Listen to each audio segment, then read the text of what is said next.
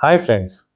हमारे देश में एक एपिडेमिक बहुत तेजी से फैल रहा है जिसका नाम है non alcoholic fatty liver disease, जो कि आजकल मेफल्ड के नाम से भी जाना जाता है, that is metabolic syndrome associated fatty liver disease.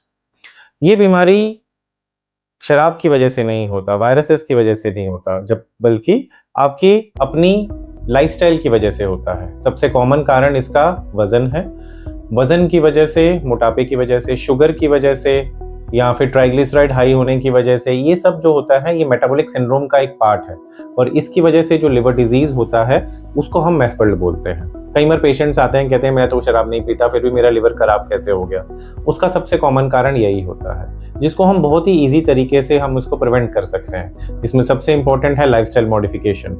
Regular physical exercise, कम से कम 45 मिनट्स टू 1 आवर का रोज का हमें एक्सरसाइज वॉक करना चाहिए, जिससे कि हम इसको बचा सकते हैं। शुगर के पेशेंट्स को शुगर कंट्रोल में रखना है, उससे ये हम कंट्रोल कर सकते हैं। और अगर लिवर ज़्यादा ही कुछ डैमेज में आता है तो कुछ दवाइयाँ भी अवेलेबल है, तो इसलिए समय रहते उसकी स्क्रीनिंग भी इम्पोर्टेंट है। स्क्रीनिंग के लिए ब्लड टेस्ट सिर्फ काम नहीं करेगा, क्योंकि blood test can be normal even जब हमारी लिवर काफ़ी डैमेज भी हो रहा है या काफ़ी ज़्यादा फैटी भी है।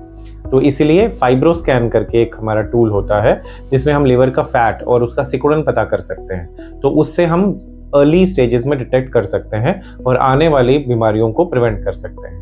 और इंटरेस्टिंगली ये भी देखा गया है कि अगर हम फैटी लिवर वाले स्टेज में मरीज को हम ट्रीटमेंट दें तो आगे चलने वाली और बीमारियां जैसे हार्ट की, स्ट्रोक की, उन सब से भी प्रिवेंट कर सकते हैं। तो जागरूक होइए और अपने आप को बचाइए। Thank you.